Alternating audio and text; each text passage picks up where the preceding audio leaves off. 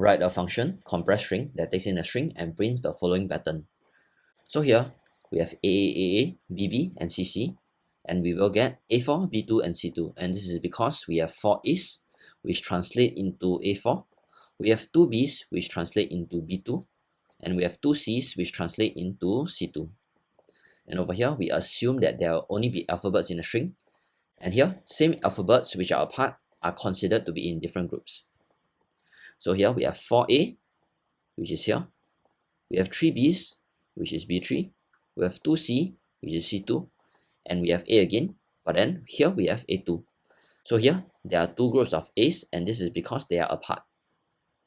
So next, the challenge will be to write this function in one line of Python code. So do pause this video and take a while to give this a go before taking a look at the answer.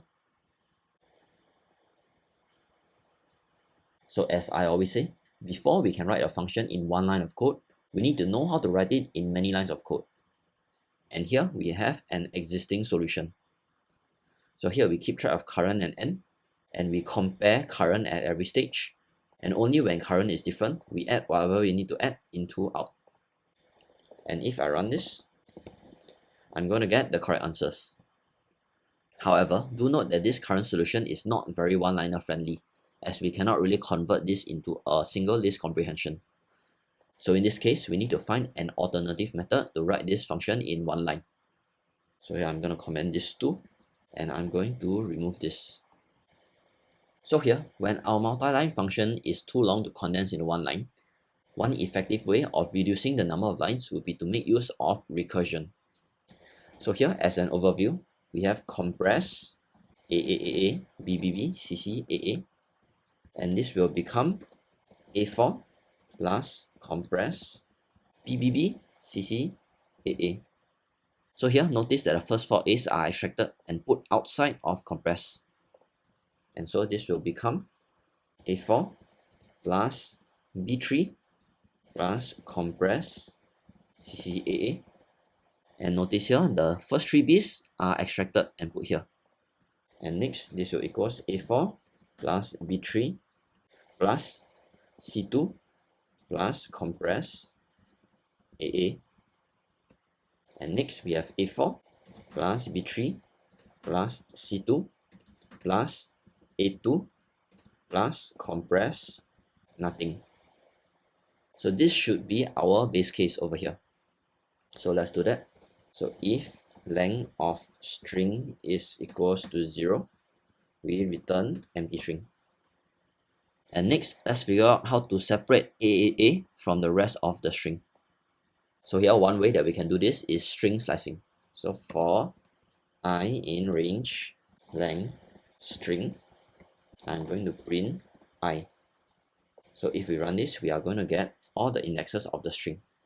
So here, let's slice from all the indexes to I. And here we are going to get nothing, A, and so on. So let's add a I plus 1. And here we are going to have A, 4 A's, B, BB, and so on.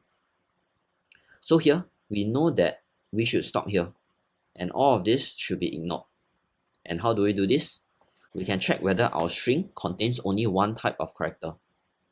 So here, we have substring is equals to string I plus 1. And next, we convert substring into a set. So we print substring and set of substring. So here, let's run this again. And here we have it. So here, only the first 4 is going to have a set of length 1.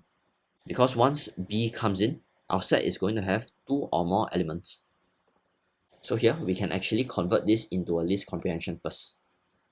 So if set substring, which is string to I plus 1, and we find the length is equals to 1. And here we have it. So string I plus 1.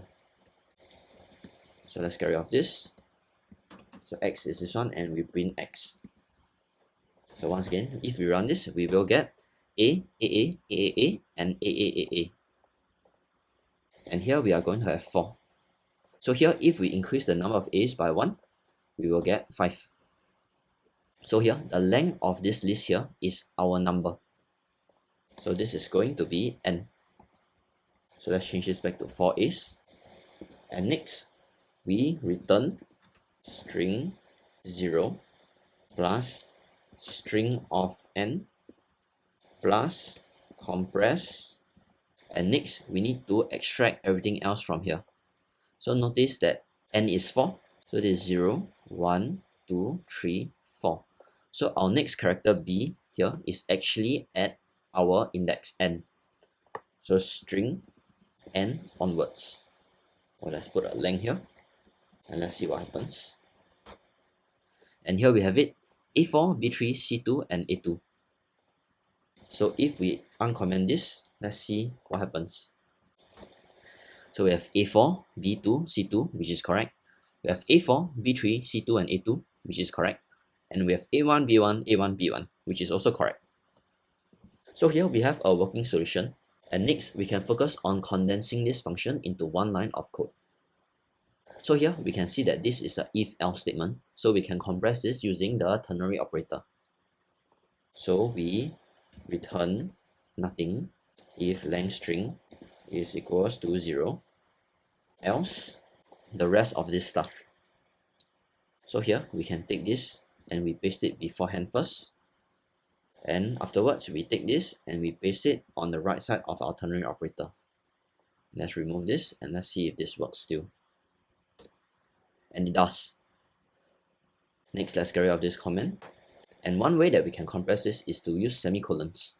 So here, we add it here, and this will be added back here with a semicolon. So if we run this, this will still work. However, if you do not really want to use semicolons, we can make use of the Walrus operator.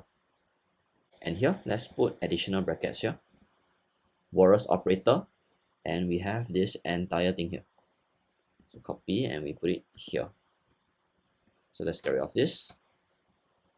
And here, if we run this again, we'll still get the same answer. And we have our function written in one line of code. So one thing about this is that string is very long, so let's replace it with a s.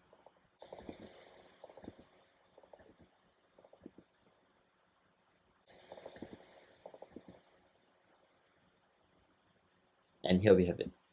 So let's test this once again, and it still works. So here we have successfully solved this function in one line of Python code. So once again, thanks for watching, and hopefully this was clear and easy to understand. See you in the next one.